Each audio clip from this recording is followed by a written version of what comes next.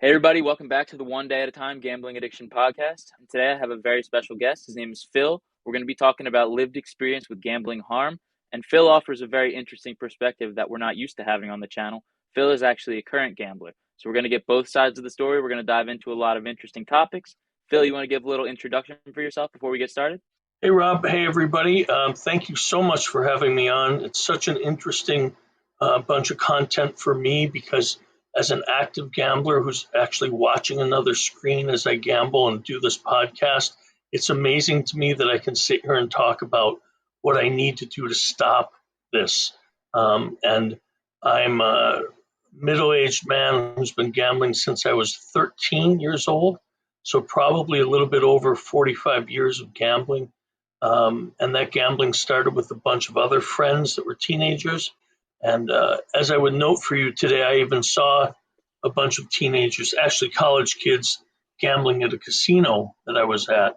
And those kids actually were talking about how cool gambling is and how it's supporting them. And, I just looked at them and shook my head and said, guys, don't keep coming back here. Oh no, we won't keep coming back here. Don't worry. And this is like the third time I've seen them there. So, you know, kids really don't have a perspective on what it means. But typically, what I've found is that in my life, because I've done so many other things and have always supported my gambling, that's one of the big problems. Is that if you can support your gambling, you're unlikely to stop gambling because you don't run into the financial problems that most gamblers do. Most addicted gamblers end up losing all their money and then chasing to win it back, as you know. Not to mention the fact that you start going with bigger bets to chase it back, and spending more and getting more money from wherever you can, credit cards and friends and family. And it's the worst possible combination of things to set yourself up for failure because the casinos, the tracks, card games, they all know that the advantage is with them. It always leans their direction, no matter how many big wins you've had.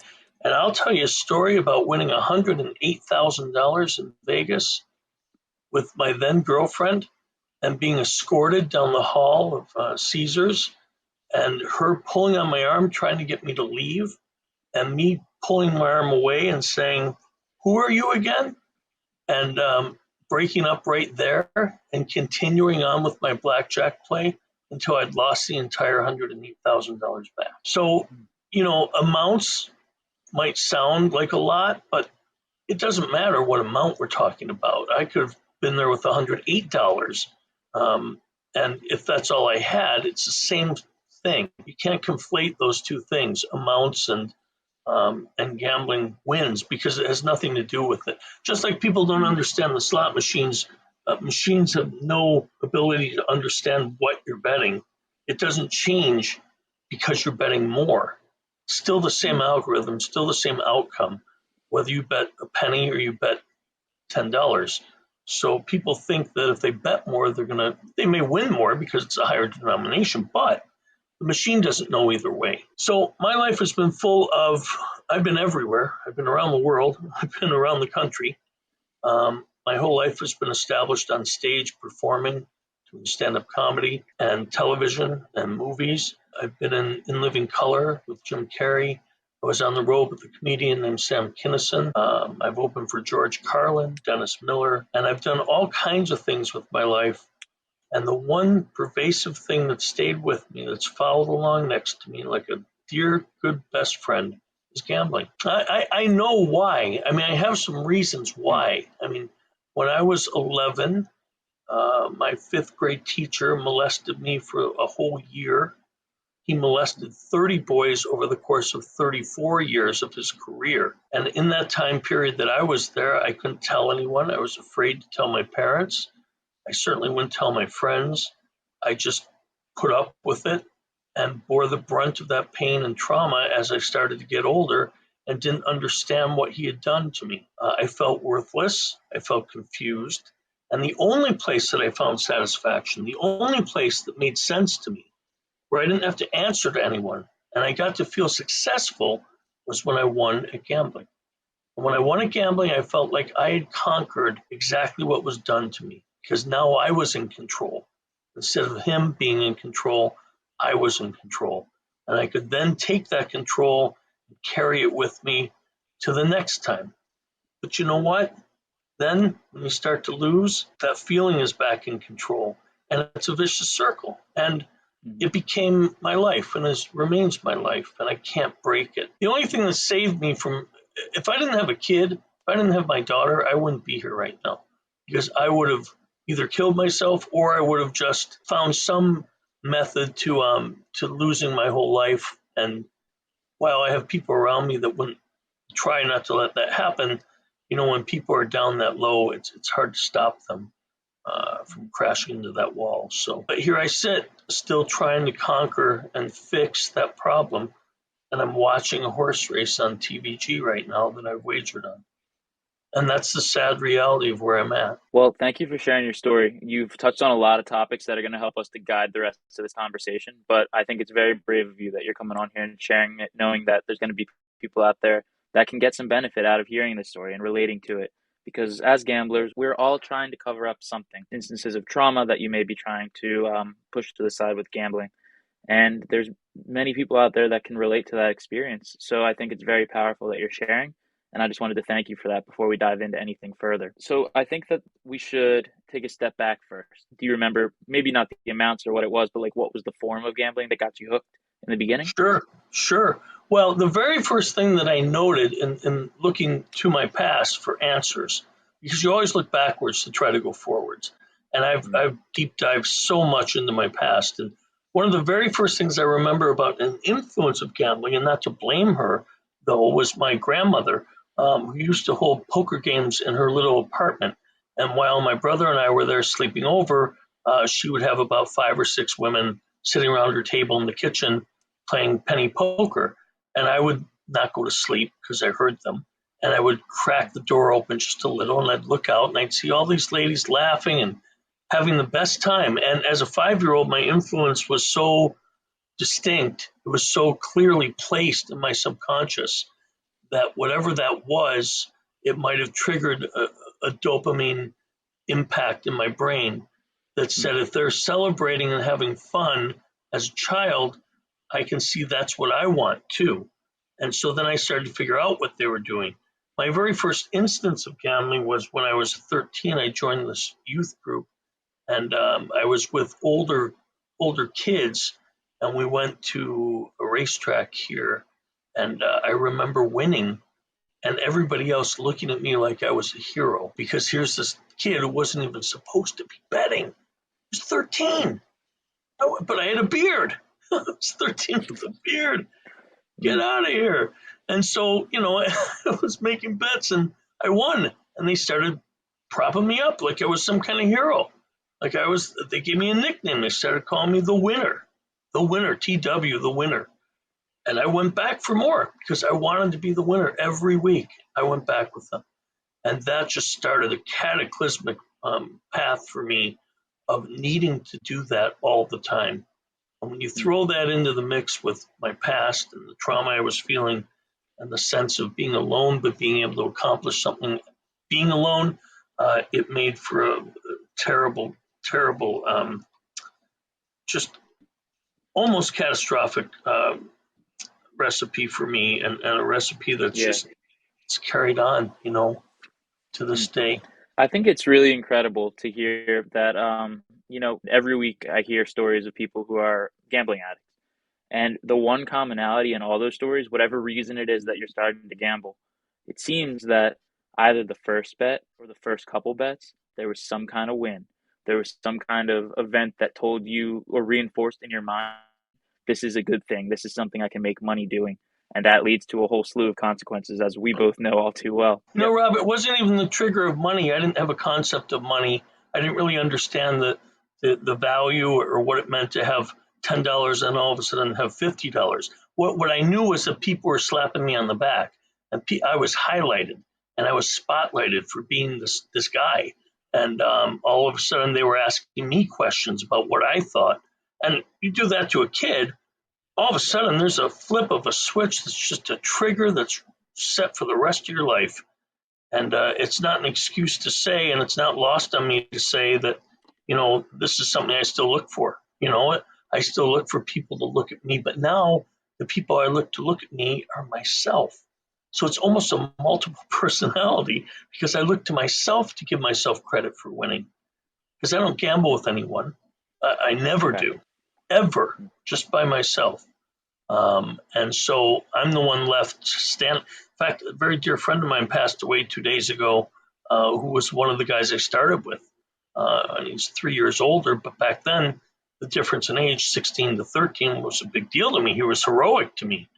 Here's this kid that could drive us to the track, and then I was the hero. I was the hero. And he was my hero, and I was the hero. What the hell? Well, Smash my head through some glass, will you? I don't get it.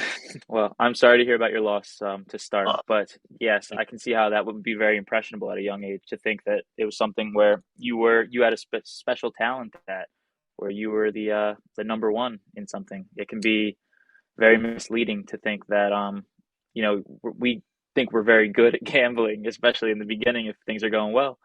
And I like that you decouple it from money. I think that I might have expressed that poorly, but I think it's definitely the feeling that it's providing, whether it's you're happy about the money or not. It's about the feeling of winning, about being correct.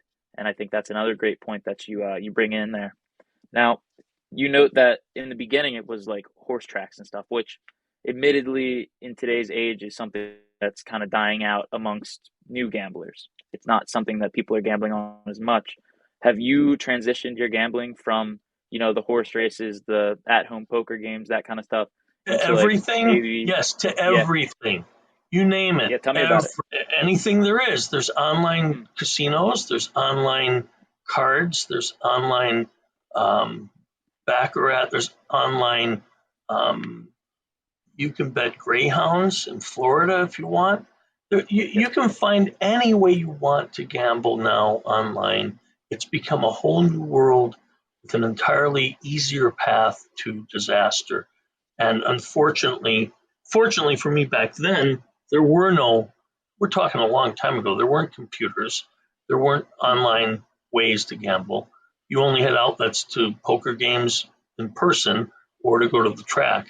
Um, I do want to also point out that I think that every one of us, you included, may have thought to themselves at one point that, hey, you know what? I can make a living out of this. I th- 100%. this Hmm. could be my living. And for a while there, I was winning, $800 to $2,000 a week, and I thought, Hmm. well, I just won't go back. I'll just stop when I win that amount, and then I'll be making 52 times eight. Wait a second, I've got a living. I'm a professional gambler, and it never worked out. Never No. ever worked out. And I can tell you with the most truth that I have never come close to just stopping after winning. Just doesn't happen. And whoever can do that, I mean, I'm happy for them. I still consider them a compulsive gambler. I just don't think it carries on. I don't think that's something we can maintain ever. But Yeah. the thought is always there. Yeah. The thought, I can beat it. Absolutely. I can, I can do this. I can do this. And it's still something that you think is carried on to this day, or do you think you've kind of Sure. adjusted the mindset? Oh no, no. I still think it can be my living. Of course, Mm, of course. I'm going to do it next. I'm starting next week. Starting Monday, I'm going to win, and then maybe Tuesday I'll win, and then I'll stop for the week. But you know what? Then I have nothing else to do. right. I have nothing else to do, so I'm just going to gamble again. So No, it ends up being the I same had thing over and over. I had a man tell me in my meeting. He said to me, well, he said to all of us, he said, when I quit gambling, it wasn't that it wasn't the money that was the problem. It wasn't the like consequences he had to deal with. Those were what he was going to deal with. It was what do normal people think about? Because for him and for a lot of us as compulsive gamblers, we fill so much time. So what you just said about I can get to a certain point and then I could stop up. But what do I do? We fill so much time with gambling that it becomes just what we do. It's our identity. It's our habit. It's what we do every single day, and that is what leads to eventually giving it all back. It's just important to note here that some people like me were literally talking about 50 years of gambling. 50.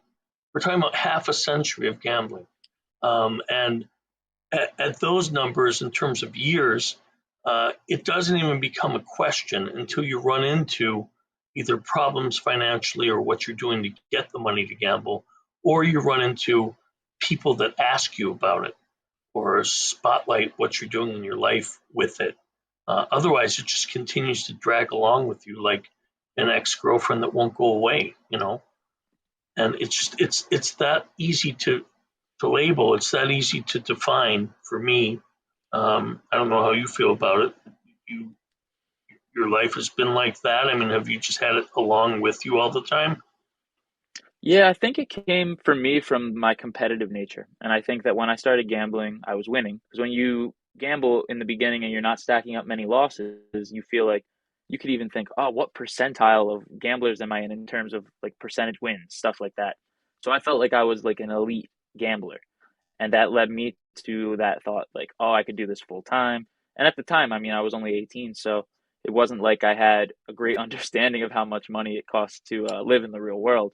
But I was Right, definitely making more than I was making as a pizza driver when I was gambling in the beginning. right. But you've had a very successful professional career. Why was it that you had this rush from gambling and wanted to be your profession when you've had such clear and like remarkable success in your own career? Well, I don't know Do if it you, was remarkable success. I would say that I've excelled at what I chose to do, but I sure. never quite made it. Made it. In other words, you don't know me in terms of Mm, who I am as a stand-up. You don't know me as who I am from what I've done on TV or movies. I didn't quite make it. Make it, and mm, so that kind of leaves you in a limbo spot, and you're kind of not sure of who you mm, are, or what you've accomplished, or what you could have accomplished. And when you're stuck in that spot, you look around you and go, well, what is there that is certain to me? What is there that I can label as a certainty in my life?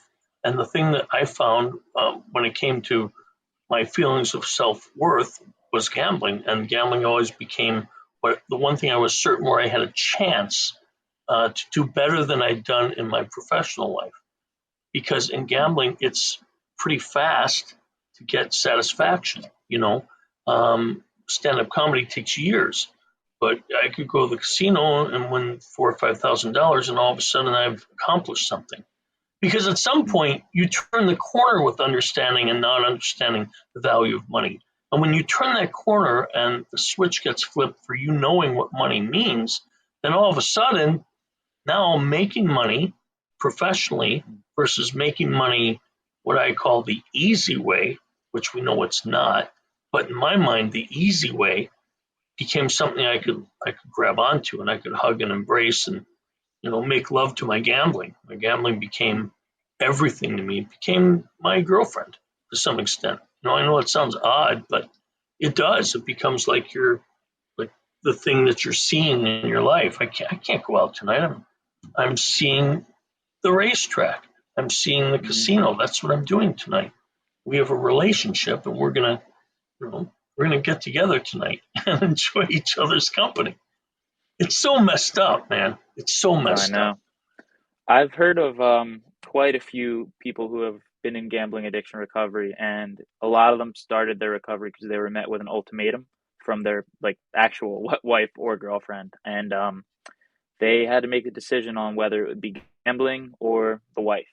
And for many of them, it was a tough decision. It is sad, but we get so hooked to it. It brings so much joy to our life that though it's Right. short lived, it's very hard to get rid of. Well, And let me make sure that I address yeah, something as well that's important to note here because I think yeah. it's one of the things that a lot of people go through and why you get a lot of the questions during some of your lives about, what if I just win? What if all that stuff that you hear? There are a lot of people who walk that tightrope and they never Mm, fall off. They just walk mm, the tightrope. You know, I'm one of those people. I don't end up with ultimatums. I don't end up with what if I do this and this doesn't work out? I'm always mm, somehow found a way to walk the tightrope. But you know what? I know it's not good. And I know eventually, but look where we're at. Eventually, I'm 61 years old. Well, what's eventually? When I'm 90, I'm going to start losing and I can't live anymore? The point being that there are a lot of people who think that way. And those people are actually dealing with ultimatums they won't live up to. They won't acknowledge. They won't acknowledge ultimatums in their lives until it Hmm. absolutely, positively becomes something they can no longer ignore. Then you've got someone who has to face it. But if you're just walking along and you're winning and losing and winning and losing, and you don't have to use that money for anything else, and you're just not going to face it. Like me, I'm not facing it. And I don't know to what extent I get to where I feel like I know it's bad enough to face it. And I know there's reasons I need to face it. But put everything else up against it, it's very hard to come to terms with that, you know? Yeah, you kind of led into like where I was going to take the conversation next. It's, you have all this self-awareness and you have 50 years of gambling experience to know that there's the emotional ups and downs. It sounds like you haven't had too substantial of a financial up and down, but the risk is always there. What is motivating you? Because I mean, it sounds like that there's issues that you're pushing off. What's keeping you? What is the one thing that's keeping you going in your gambling? Well, for starters, I'm alone. I just Mm, have my kid and I support her anyway. She's not asking for or needing anything that I can't support her with.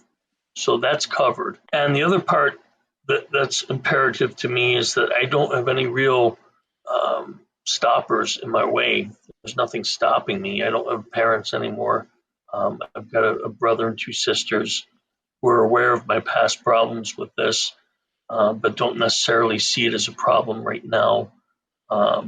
However, that being said, I'd like to point out to you that if I look back at the totality of everything that I've done with gambling, I could have been a multimillionaire by now, and I'm not. That means something to me. It means something that I flushed all this money away that I could have provided for a lot of different things. So if I had to put a label to this, I'd say that, gambling has been probably the worst thing I've done in my life. conversations like this are what I think is going to prepare you. I mean, it seems like you have a very good handle on what's going on, what you need to be doing to be doing better if you chose to do so. So you're in a good position, my friend. I don't think you should be too stressed out about it. Um, I'm not, but yeah, I'm very very aware of the people who are listening to this, and many of them are in huge denial right now. And many of sure. them cannot afford to be doing the gambling they're doing and think that there's no way out. Many people that are listening to this are going to think he doesn't understand. I've got no way out. I have no other choice but to gamble to try to get this money back. And they're wrong.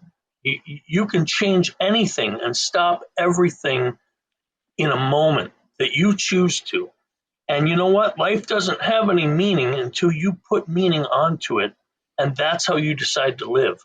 So, the people who are listening, I would say to them, if you're at your last dollar, if you think you're going to come up with money somehow, you're going to borrow it, you're going to beg for it, you're going to steal it, don't go that way. You can start change immediately. It's just a mindset that has to happen. And you've got Mm, to give yourself enough credit to say, you know what? I'm going to do this for me. And I'm going to do it because I matter in this life and I want it to change. And if you feel that way for a moment, grab that moment and do something about it. And for those of you listening, Rob has a path for you, a path that makes perfect sense. It's not going to be easy. None of it's going to be mm, easy. nope. Not one moment will be easy. But I can tell you, um, from thinking about the people I've known who I've lost when it comes to gambling, and I've lost several, it's not harder than that. The path that Rob shows you is not harder than the path that my friends took that are now gone. And so I urge you, encourage you to blame yourself because you can and you should blame yourself. But when you're done beating yourself up and blaming yourself, forgive yourself because you're worthy of that too. That's well said. And I think that what's impactful about this is like we're speaking from opposite sides of the recovery process, right? I'm someone who's in recovery right now and I'm urging people to get into it. And you're someone who's actively gambling, but you're also saying that recovery is a better option than spiraling down the gambling rabbit hole. And that's why I think this conversation is so powerful. It's because, I'll go online a lot of days and people will tell me, you're anti gambling. Like, don't tell me what to do. I want to do what I want. Why are you so against gambling? The reality is, just like anyone that's probably listening to this, I love gambling, but I know that spiraling down that rabbit hole is going to lead to horrible consequences because I started to do so and I'm only 24 years old. Once you Right. get to an older age, you're risking your assets, you're risking your family, you're risking more than just yourself. And that's what's so dangerous about it. But I think that you bring up a great point is, you know, you can be down on yourself because of mistakes in the past. They happened. But at the same time, that's not going to do anything for you. You have to use the mistakes to pick yourself up and make better decisions. I'm trying to be an example of that as I go online and talk about my mistakes every single day. And I'm hoping that people listening to this will take some of those lessons that you mentioned there. I was interested to know if you could go back and give you some advice to yourself, say when you were just getting into your stride with gambling. Let's call you 18 years old at the time, a young, like, just getting started. Do you have anything that you'd tell yourself, knowing what you know now? Knowing what I know now, Hmm. I'd slice my arms off and stop myself from gambling.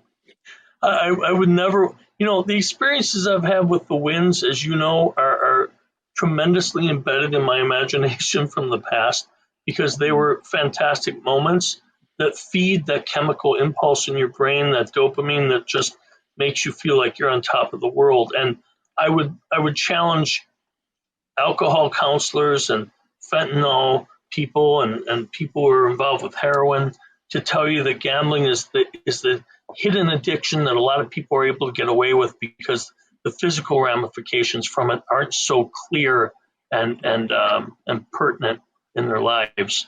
But I can say, as an unassailable comment to my past, that if I looked forward and were able to see where I ended up and what I could have done instead of what I did, I would have never started gambling. And there are so many people that are able to do that. I've taken people to the casino with me who've never been. You've taken Hmm. that person with you. Oh, let's Yeah. go. I've never been. What's it like? And they go with you and they go, well, this is stupid. You're just hitting a button. You're hitting a button and the machine's just doing whatever it wants. What's good about this? What's fun about this? I'm leaving. And they leave. And you're like, I want to see if I can hit this jackpot. And, Right. so it's all perspective, but it also has to do with our brain's chemicals and it has to do Hmm. with what triggers us. And I can't just sit here and say that it's a choice. You can't just, I rail on about being able to stop and quit and do this and make a choice and make this. Some of us have a chemical imbalance that forces us to maintain a level of self satisfaction in gambling, and it keeps us in that mode no matter what we try to do. And you can do all the stuff. You can do everything. You can talk to your support person. You can write your feelings and actions in your gambling diary. You can control your cash. You can fill in the gap to do new things. Go outside and you still have that little dark corner in your brain that's there's a little guy in there that's manufacturing plans and odds and money and how do I get here and how do I do this, and that guy's there. He works 24/7. I've never seen Hmm. him sleep. Have you? Nope. And in my meeting, they call it the pilot light that's always burning in the back of It's, your head. it's the And if you do truth. one wrong thing, it lights on fire. It's the truth, and it's just so true. Absolutely. But you know what, Rob? It's also for a lot of things. It's not just gambling. I mean, that Sure. exists for a lot of people and a lot of other addictions and things that they do. There are people who have to, they have to open their refrigerator 10 times before they walk out the door. They're obsessive compulsive, and compulsive Hmm. is the key word because compulsions exist in many different addictive forms. We just happen to land on it in gambling. And for all Hmm. the influences we mentioned, my grandmother and my abuse and my this and my that. And we just happen to land on what's now one of the most pervasive things out there, which is you can't leave a town without finding somewhere to go gamble or get online without seeing ads for gambling and Yep. poker games. And it's everywhere. It's on your phone all the time. You go through TikTok and scroll down, you're getting these online casinos, which are complete scams. They're off seas. I'll reference a couple of them. There's Pulse, there's Chumba. They're located in Malta and they're located in Gibraltar. These places have no regulations. They can do whatever they want and they can fix things however they want and claim they don't. And you have no recourse. I tried to sue them. There's no recourse for that. The United States would do nothing about it. The Attorney General's office would do nothing about it. The Gambling Commission would do nothing about it. So you're stuck when you go that route, and there's no getting your money back from them. So I Yeah, would well urge said. people to be careful about that too. Mhm. These offshore Yeah, of places course. where you think you can gamble, not a good plan. Do you think that you're ever going to be able to gamble like a normal person? Or is your gambling always going to be compulsive? Even with knowing everything about the games like you know now, you know that you're not supposed to win when you play. Do you think you could ever gamble like a normal person? People who gamble compulsively have a substance misuse problem. Mm, They can have personality disorders. They can have depression. They can have anxiety. Um, it can be associated with bipolar disorder, even ADHD. I mean, there's all kinds of things that occur within a brain sequence of thoughts that make you go and do things like gambling. I can tell you that for me, and it would be for most like you, because I've heard you talk about it, it's a pretty black and white. It's all or nothing. And mm, so there's no, as you put, normal gambling for me. And there would never be normal gambling for me. It just would never work. And I've mm, never even thought about the notion of trying just to occasionally bet. Um, I'll reference the Kentucky Derby because there's a horse named Giacomo who won at big odds some time ago, and I had that. I had not only the trifecta but the superfecta, and I won tens of thousands of dollars in that race. mm. So every year from that point forward, the Kentucky Derby is my go-to get out of trouble thing. If I'm ever worried about what I'm going to do for the next 6 months of money, I'm going to lay it all on the Kentucky Derby. You know what? I lost the Kentucky Derby this year. I didn't win anything, and I still laid it all out there. And so you see, your mind just plays a lot of tricks with you, and it's hard to combat those tricks unless you're ready to stop and you have a really good reason to stop. People need a reason to stop. I hate to say it, but they don't just come on TikTok and go, "Hey, I'm going to stop gambling today." Yeah. They have to have a reason that's so important in their lives that it's an ultimatum, like you said. Mm, It's a well-made absolutely. point. That ultimatum is what changes everything. If you can't find one, create one for yourself because you're headed towards one anyway. I think that's a difficult point to come to terms with, especially when, trying to do what I'm doing now is I'm trying to provide people the resources to stop gambling, but they ask me like, what's the secret? Well, you have to want to stop. You have to have a reason to stop, like you said. And I think that's a great point to leave it off because that's the most important thing. If you don't have a reason, then there's no point in anything that we're talking about here. You need to figure out what's going on in your life and figure out why you need to stop gambling, or you're just going to keep going down the same path. But But let's Phil, let's let's be honest though, Rob. Just one other point, yeah, please. It's important.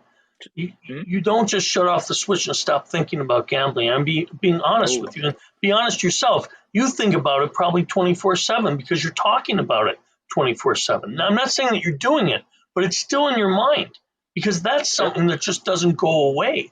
It doesn't just shut mm, off.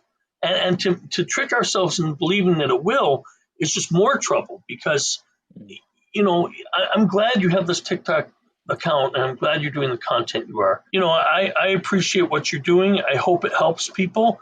You may or may not sure, find out how many people it does help, and you're going to get the people who are in the way, but those people you just have to push out of the way.